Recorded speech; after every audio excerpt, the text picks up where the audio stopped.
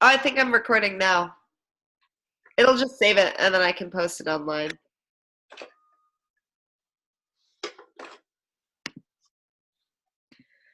Okay, let's try that again. Thanks for coming. I just want to go over a couple of things to get you ready for your matches and go through a couple of protocols that the TRRA has because I know we have a lot of new referees. So at any time, if you have a question about anything, feel free to unmute yourself. Please introduce yourself so I know who's talking. And if you have any further questions at the end, particularly in Who's the Ref, let me know. We can go to Who's the Ref on this screen and I can show you through a couple of things if that helps. Sounds good? Sounds good. Great. All right. So first thing, the week of your match. Monday, 5 p.m. This is when we are trying to make all assignments for the upcoming weekend finalized by. So take a look at Who's the Ref to get an idea of what your weekend's going to look like. Nothing is really final unless you get the notification via email. But this is a good way to kind of look.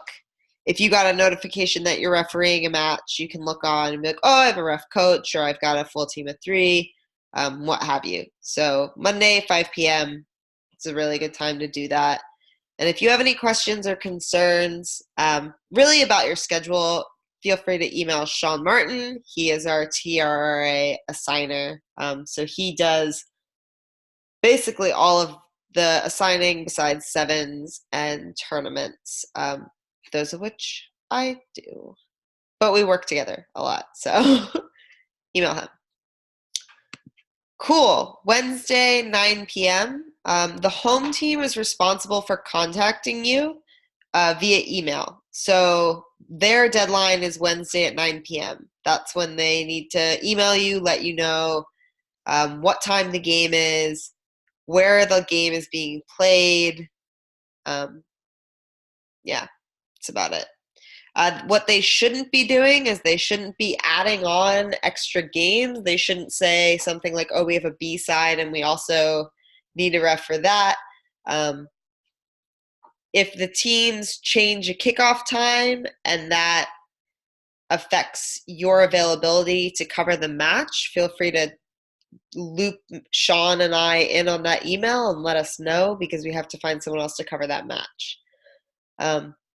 If you're not contacted by Wednesday at 9 p.m., so usually Thursday morning is the best time, you're responsible for emailing the home team and CCing both Sean and I in that email. We need to know that you have not been contacted. I can also reach out to Wendy and let her know that teams aren't doing their job by contacting you. Once you are contacted, you as the center referee are responsible for emailing any ARs that are assigned, any number 4s and or referee coaches. So go ahead. You need to log into Who's the Ref because your email does not give you notification.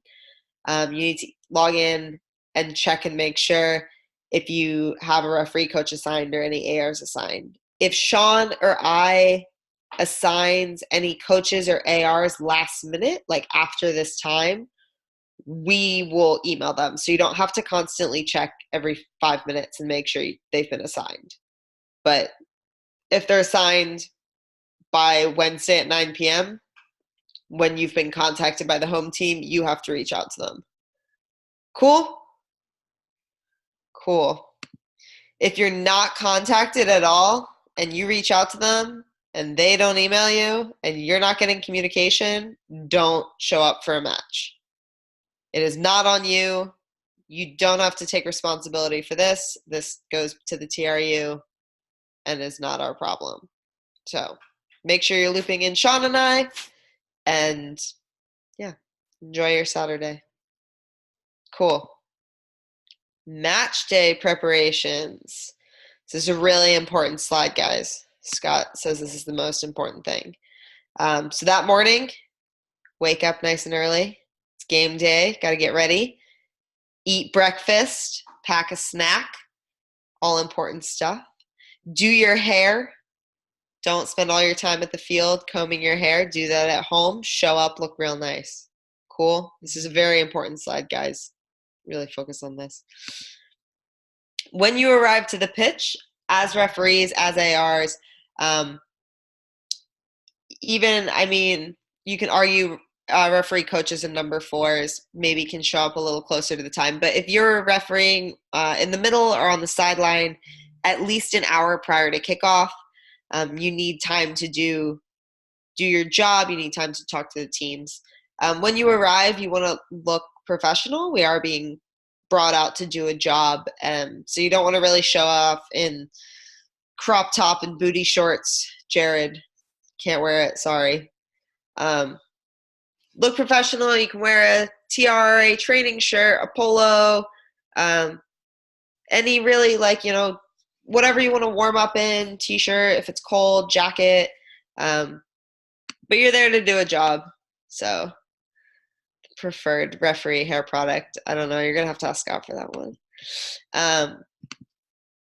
All right, cool. So you've shown up hour before kickoff, you've arrived at the pitch. What do you do next? Pitch safety and preparation. You want to walk the pitch before the match, make sure all the TRU protocols are in place. The teams should all know this. So there's 5-meter barriers, post pads on the uprights, the technical zones are in place, and the corner flags are up. Now, I understand 5-meter barriers. Not every team has them. It's not something that you want to refuse to go ahead with the match if they're not up. It's a little excessive, but definitely make a note of it and let us know in your match report, or shoot me an email afterward and be like, hey,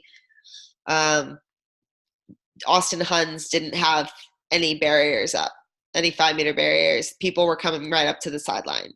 That's something that we can then let the TRU know, and the TRU can be like, hey, you guys need to have this. Something that you wouldn't start a game for, if you don't have post pads, you cannot start a game without post pads, because that's super dangerous. I will send out a whole the field setup that the TRU sends the teams for this to look for. And then just looking for general pitch safety, make sure there's nothing sharp on the field, metal, wires. I've found all of these before. So, awesome. Hey, Kat, real quick. Yes. In the confirmation template that we've passed around to everybody, it has all of this stuff in it. So there's no reason they shouldn't have those things. So back yourself up and make sure you're sending the confirmation template, and it'll have this stuff in it. Exactly. Good point. Great point. Pre-match chats. What I like to do is when I arrive at the field, I kind of find a way to introduce myself to the coaches. This is part of arriving to the field early. You want to get there before they start their warm-up, before they start getting in the zone. So meet the coaches, just introduce yourself. Hey, my name's Kat. I'm going to be refereeing your match today.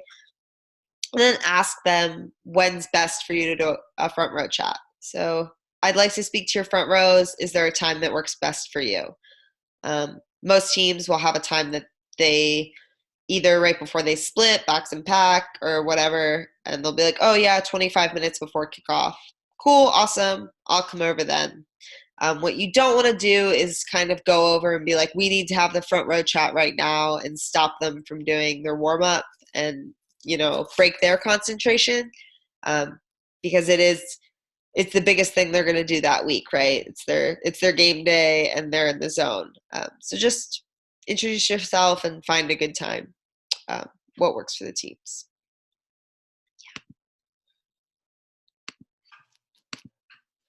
Yeah. I guess is that all I had? Where's my computer frozen? Yeah. So that's all I really had about setting up for success on this computer. I don't know why I didn't make any more slides. If after that, after you talk to the front row, I don't know if you guys want to go over what to talk about in the front row chat. That's something we can do. Just kind of let me know what you guys want out of this. but that's mostly what I had about what to do pregame and what you're required to do. So, anybody have requests to go over front row chat? Does anyone have any who's the ref questions? Now's your chance. I'd like Hey, to hear a Kat. front row chat if you want to go over it. Yeah, I think that'll be a good idea. Front row chat? Yeah, awesome. Okay. So front row chat, let's do it this way.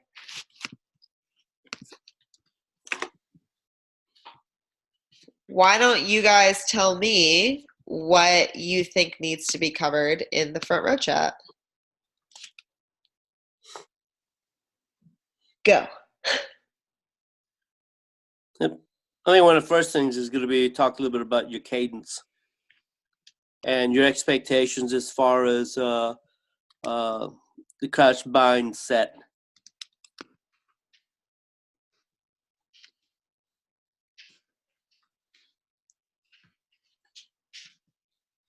I think that's an awesome point. I usually, yeah, everyone's wanting. So expectations about what you want a stable scrum to look like. So letting the teams know on each command, I'm looking for X. So cadence is crouch, bind, set. On each command, I'm looking for you holding each prop holding their body weight over their feet aren't moving, you're not leaning against the other front row. That's actually what I say in my front row chats. That's more Yeah. Also, another thing is also a good time to find out if you do have some front rows that are marginally experienced, understand who they are, and that way you can kind of keep an eye on them. Yep.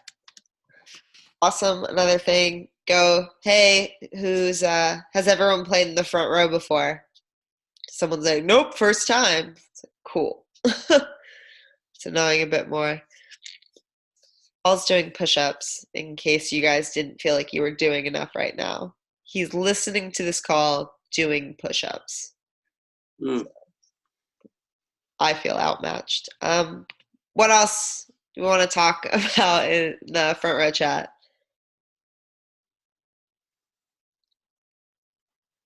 So regarding the expectations surrounding crouch bind set, I think it's really important that it's 3 calls, 3 actions. It's a call and response. Yeah, on every call you're looking for something different, so you don't want those teams coming in early when you're calling just the bind. They need to be holding back their body weight on that. And then that sets it up so that if you blow your whistle and reset, then you're like, hey guys, this is what we already talked about. Yep. Anyone have anything else? Front row chat. I typically put in my safety call. So I let the teams know if at any point they feel unsafe or unstable, say no, no, no, stop, stop, stop, something loud and repetitive. Wait for me to double blast the whistle and then stand up. Just in case they don't feel safe, they have a very clear way of telling me, and they know that they shouldn't stand up until they hear that whistle. In case I miss the safety call, you don't want one scrum engaging while the other one's standing up.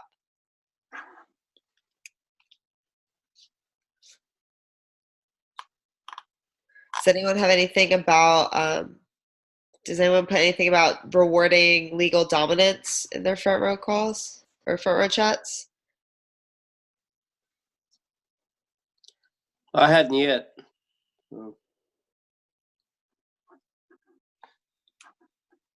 So I also put something in about what kind of picture I'm looking for rewarding legal dominance. I find that the teams that are looking to use scrummaging as a big attacking platform like to hear what I'm expecting and what I'm looking for in order to reward them, because they want that reward. So tell them the picture. I'm looking for all shoulders showing. I need everybody driving straight together, and that kind of lets them know. Then later on, if I penalize against them and be like, well, your loose head wasn't driving straight, but everyone else was. They want like the list of things they need to do correctly in order to be rewarded, instead of a list of like, don't do this, don't do this, don't do this, don't do this, is what I find. So I get a pretty good response out of that. So just a message about what you are looking for. What's the good picture?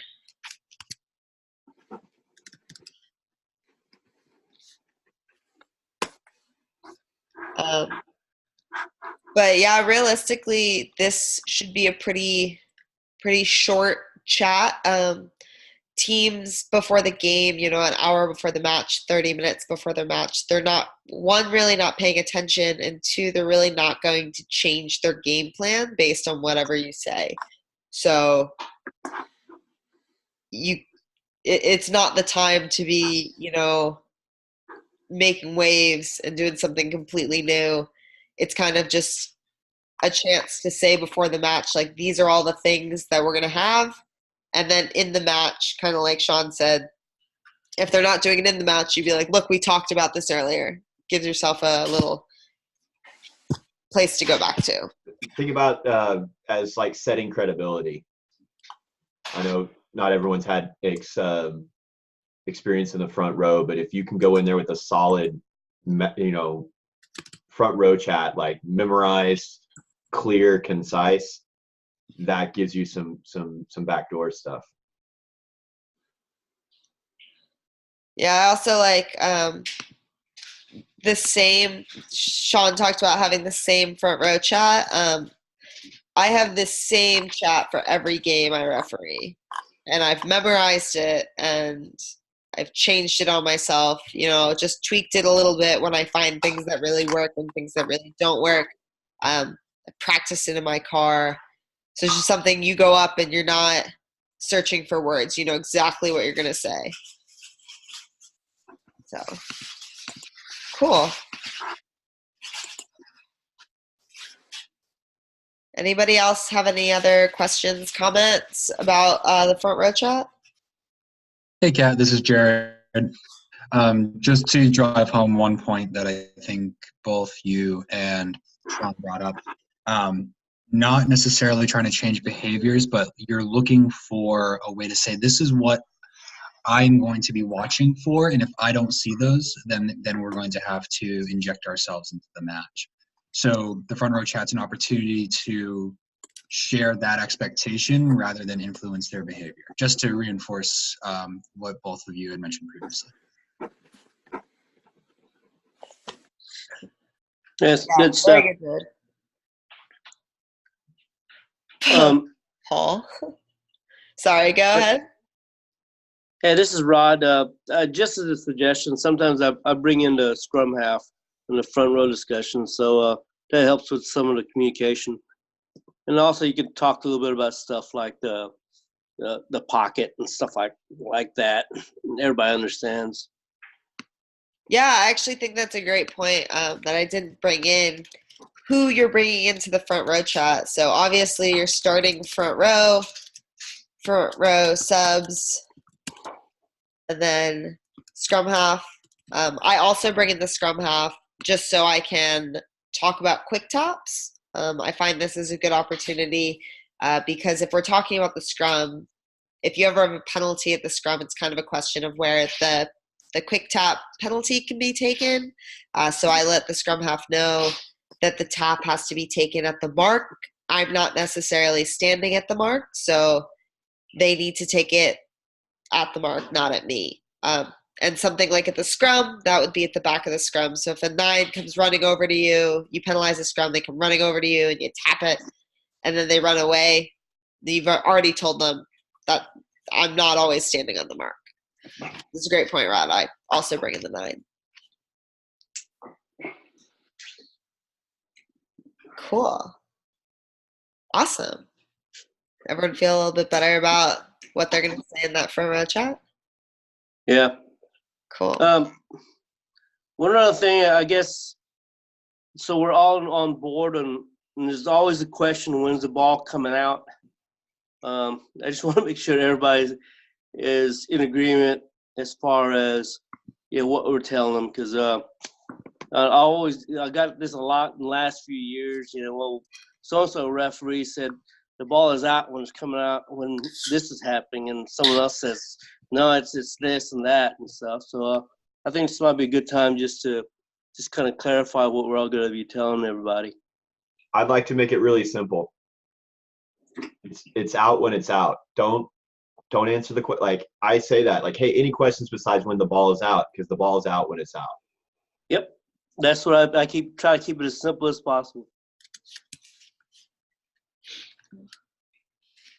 If they need to check the game management guidelines, they can absolutely do that. But we're not there to coach. We're there to facilitate the game.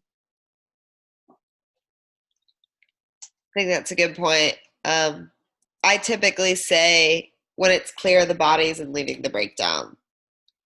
I also put in a caveat that if a player wants to know during the game, if they ask me, I'll give them an immediate response.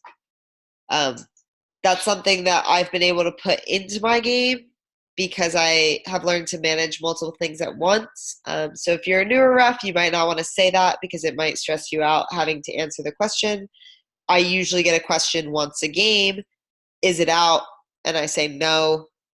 And then they don't go after the ball. So it saves me probably an unnecessary penalty. But if you're a newer ref, no need to put that on your plate. If you're developing and you're looking for something to help you with some of those stupid penalties that players like to commit, maybe throw that in there.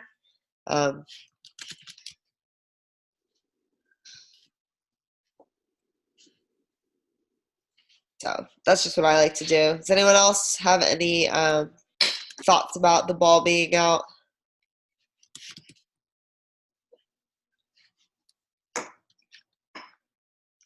No, I'm good.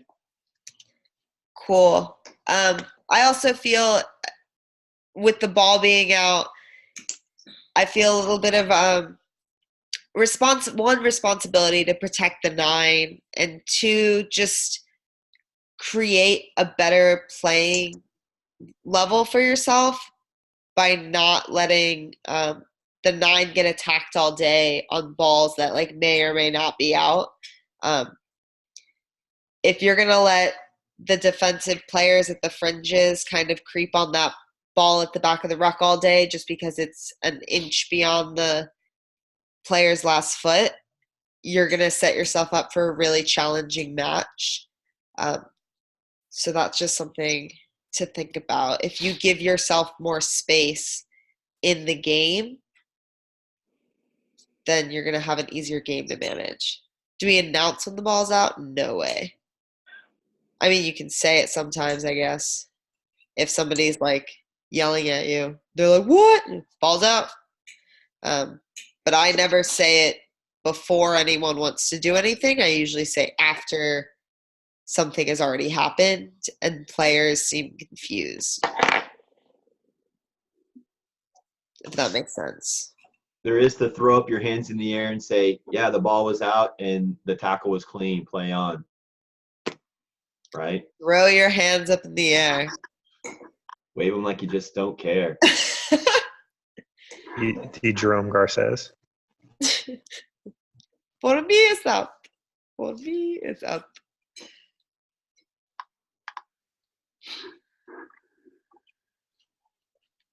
Any other pre-game questions?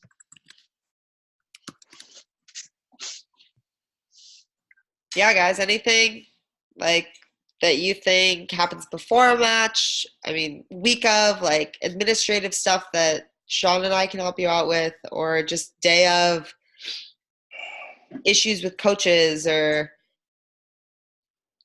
the team insists on doing an awards ceremony and the other team gets really mad and wants them to be docked points. I don't know. This has all happened to me.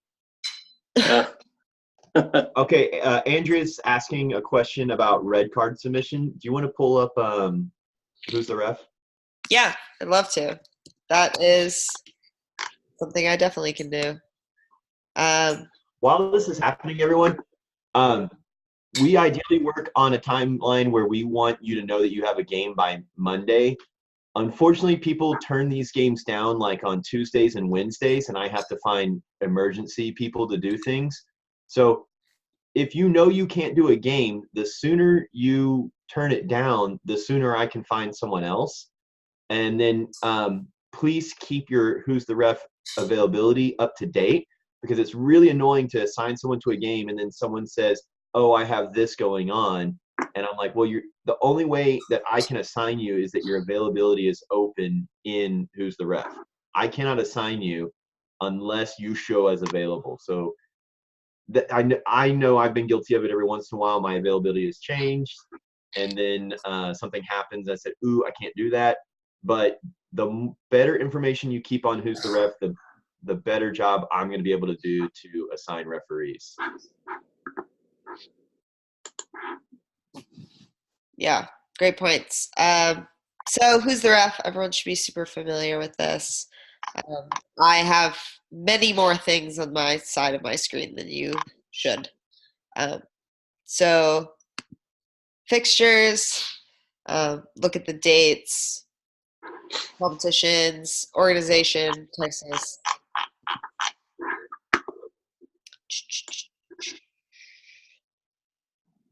So you would go in if you are looking, sorry, I need to get all these things out of my way. Submitting a yellow or red card. If I go to I'm just going to a game where I'm actually the ref.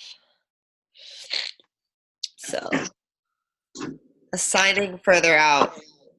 I think Doug's asking about assigning further out than like the week or two before. If you want to touch on that.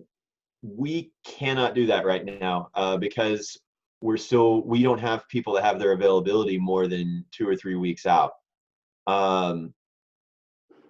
The also problem is the best laid plans problem, in that I could assign the rest of the season and then it just starts rapidly changing. We have to be able to get like good information about the level of play of the different teams, and then that informs what the level of play, like which referee do we need on which game. Is this a D2 blowout or excuse me, a D1 blowout or a D2 cliffhanger? Like which of those is the better game?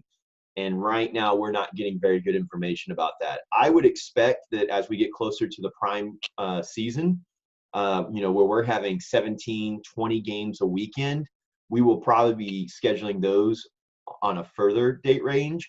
But right now, the only games that are happening are D3 and D4.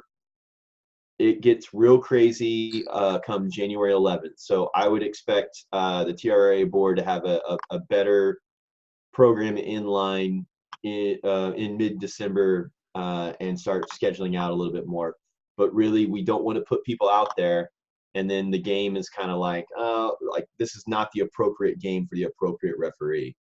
So look for more structure as we start getting closer. It seems so strange to me that the season's starting so much later, but it is what it is. I mean, we just got the high school games today, and so that's another level of complexity that we're thinking is going to be interesting. So I understand the frustration that we can't do more than 2 or 3 weeks right now, but we hope that it will get better. Yeah, and if you guys are concerned about not getting games when you want games, trust me, you're going to get games, like, more than you ever wanted. So it's been a bit of a slow season right now, but when we hit busy season. I think our challenge will be in the spring to see how do we keep people from getting so many games. Like, how are we going to track who's been doing what? Because it is going to be challenging. Yeah. It's going to be really intense come January 11th. All right. When So, you say, oh, sorry, do you mind if I ask a question real quick? yeah, go ahead. When you say getting information on teams, is that something that you're expecting from us just to provide in our match reports? So it will come from CMS, and it will also, hopefully, we would ideally have some of that coming from CMOs as well. The more information you can put into your match reports, the better we get an idea of. But we're also reaching out to multiple sources. Ideally, I would like to see, the referees giving information back to the society, the CMO saying, hey, this team's on fire, or even a referee saying this team is doing really well. Also the CMS, it's going to be coming in from a bunch of different places, so that's what we're trying to figure out. Awesome. So submitting cards. So here I've got my game, and you click for the match report. There'd be a little piece of paper that would come up, and you could click on that to submit your match report. Right next to it is this little cross that has nothing. That would be red or yellow card. So to create a red card for that fixture, ground and weather conditions is just as easy as saying artificial turf, sunny, cold, and windy. Just giving us a little more information. The player being reported, this should be on the roster that the team gives you before the match, as well as the SIP number. If you do not have this information, if you have a red card, you should be trying to get that after the match. It's not the most fun thing to have that conversation, but it can be done. Two, if you really somehow don't get the information, don't get the rosters, email Sean and I, because I can look in the CMS, because I have TRU capabilities, so I can see all the rosters that the teams put in, so I can get you that information. Or if you know who it is, you can go onto the USA Rugby website under membership, and they have public rosters there, so you can look up the player's SIP number if you know their name. Home team, blah, blah, blah, blah, blah, all this fun stuff.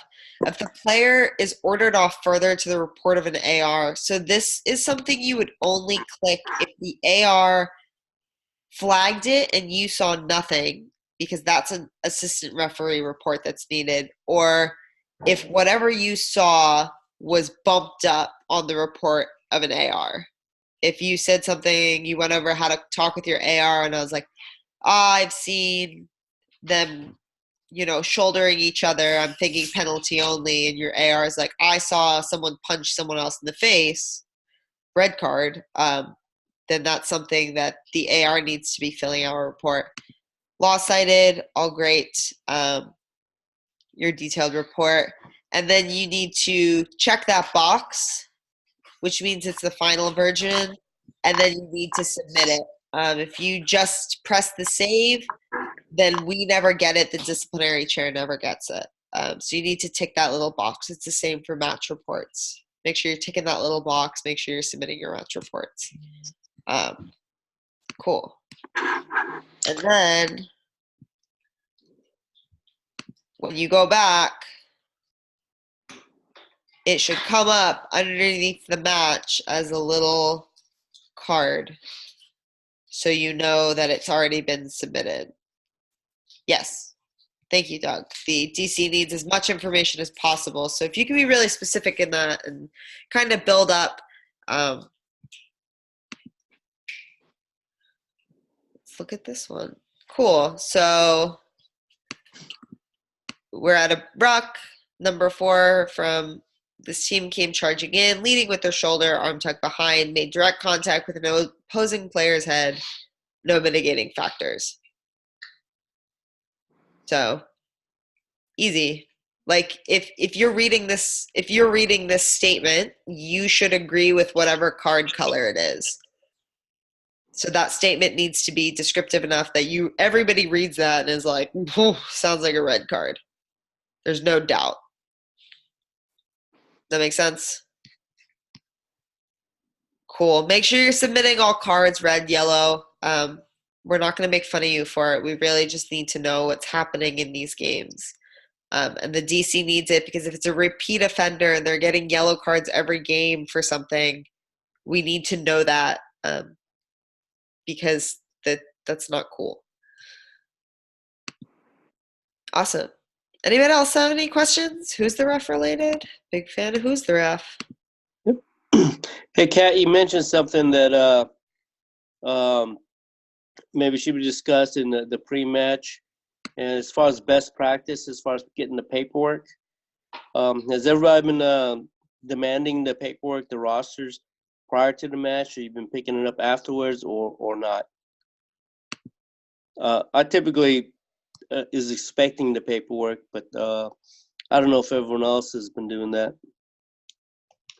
So I've been noticing a lot more North Texas teams are emailing it. My favorite teams, they're emailing it like the night before, the morning of. So check your email because sometimes they are putting in their SIP roster and their front row waiver in that. And then, yeah, if they don't, you need to make sure that you've got it so that you have that SIP roster, because there's nothing worse than saying, hey, coach, that yellow card I gave you, who was that? When the player says, oh, that was Robert. And then the coach goes, no, it wasn't. It was Joe. So you need to have that roster very quickly before you kick off. Okay. And you're pulling that off of the CMS? We do not. It is their responsibility to provide it to us. Okay. Sometimes they have to just take a photo of it and then like text it to you. Then you got it, right? Ideally, they fill out the form and everything like that, but unfortunately, not all rugby teams are as prepared as the other one. So. Okay. Well, typically I get them. If you use that template, they know what the expectations are. So then. Right. Okay. Typically I get the hard copy, but I want to share what other people have been getting, or if they just strictly been relying on electronic or digital copies to pull offline. Yeah, I definitely used to get a lot more hard copies, and now everyone is just doing it electronically. I've been in that as well. Hey, Kat, Andrea just asked, is there anything that would cause us to deny someone from playing? Yes, and that's a great question. No, that's not our issue. If there is a roster issue, if there is an eligibility issue, that is not on us. We're there to blow a whistle and run around. Everybody else in the administrative TRU, NCC board, the National Competitions Committee board, that's on them. So if one team has an issue with a player playing, you're like, is this player on the roster? Yes, this player is allowed to play today. That's as far as it goes. Okay. So equipment, there are equipment issues, yes. Well, I took that for a much different meaning. No, I'm glad you mentioned that though, Kat. That's a good point to make. We're just there to ref. Equipment, there's a World Rugby that came out. What is it? It is in the template. Yeah, it's in the email template. It's a good point. It's in the template. It has the. Thanks, Derek. Thanks, Derek. This is my roommate, Derek, guys. Meet Derek. That's all in the email template. Cuts, open sores. It's kind of gross. I mean, players aren't allowed to play with bleeding wounds, so just tell them to cover that up. Yeah. There's a new tights addendum coming out. The TRU is voting on it soon. So for right now, I don't care if anyone wears tights. You heard it from me first. Just let them play. I don't care. Until that comes out. You are the sole arbiter of what's legal as a referee when you show up. If you tell someone they can't do it, then guess what? They can't do it. But hopefully you have it backed up by law or by the game management guidelines. So best judgment. And Kat, when you say tights, do you mean both like lower body tights and upper body? Yep. I mean both. Let them wear it. Make fun of them for being pansies, but let them wear it. Okay, don't do that. And then don't wear them. You don't wear them either, by the way. Steven, a new rule for a line under the armpits across the chest. We haven't gotten anything. It's probably being trialed in other countries. If World Rugby adopts it as a law, we will let you guys know as soon as we can. It's called Victor, bro. No, Victor. So real quick, let's talk about boot checks. They are not required, but if you see a boot that is illegal, please look at the guidelines that are presented in the World Rugby mandates. Right? If there's a toe stud, that is not legal. You know, the football cleats and things like that. So make sure you understand what that means. If you do a boot check, then tell them that they can't do it, right? Boot checks are, if you don't know what a boot check is, we used to be a lot more prominent about 10, 15 years ago. Oh my God, I'm old. And then like the referee would manually go through and look at all of the cleats, but technically not required. But if you see in a boot that it's a cleat that is expressly forbidden, do not allow it on. Yeah. It's funny, they actually still make us do boot checks, like for tests, which is weird. Yeah. I was like, I thought no one did this anymore. They were like, you have to do this. I was like, okay. Okay. And then the same thing with book checks too, right? Like that's kind of funny, you know, boot and books. That's not up to us. We are not administration, just like Kat was saying earlier. We just administer the laws at the time we were showed up. If they're having some kind of contentious, this actually happened to me. I was reffing a college game, and a 35-year-old member of the military was playing. The other team asked me to arbiter that, and I said, look, I can say that I saw that the fact that he was 35 on his ID, but I can also only say he is on the SIP roster. That is something for your league to determine. I am not going to question. I am not going to make any pronouncement about whether this game actually counted or not. I ref the game, and then I walked away. Those are types of things that happen with the legislative people. Yep.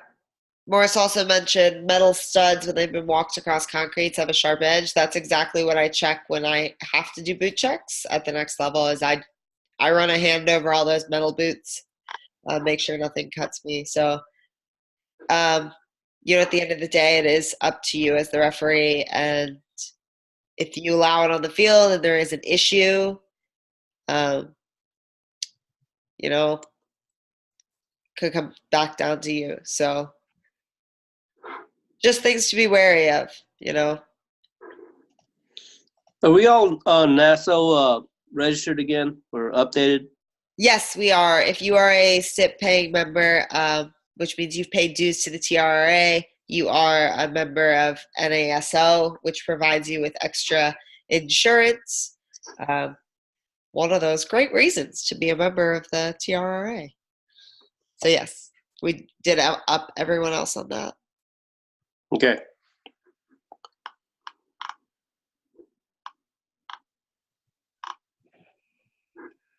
Everybody, Ozzy forwarded me the equipment clothing guidelines that are come down from USA Rugby. So I posted that to the group chat. If you have any questions, you can look at that, or you can look at the template. So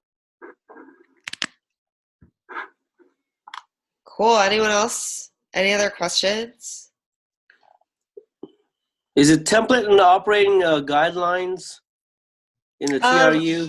Or I sent the template out with the email I sent right before we were doing this, but I can send that out again. No, I'll just check. I didn't check to see if it was in attachments. So I actually think it's in the body of the email because it was all. Oh wait, no, maybe I did copy and paste it. So maybe Kat, you can send a response to all SIP people with this video or a link to the video, and then all the pertinent Yep, that's Yeah. a great idea. I should do that. No, it was your idea. No, it's definitely not my idea. Anyone else? Questions. Ideally, because we have this Zoom tool, I would like to have at least one webinar a month. So please send me an email if you guys have any ideas of things to go over. Scrum breakdown, line out mall are all kind of on my list. But if you guys definitely have something that you want to know about, just shoot me an email and ask. Love to, do as many of these as possible. We had a great turnout, about 30 people on. So I think that's more than we're on the D1A call. Cool. Sounds good. That's it. Thanks for everything, guys. Thanks for taking time out of your Wednesday. And give everyone good luck this weekend. Fill out your You bet. reports. Y'all take care. All right. Bye, guys. Thanks.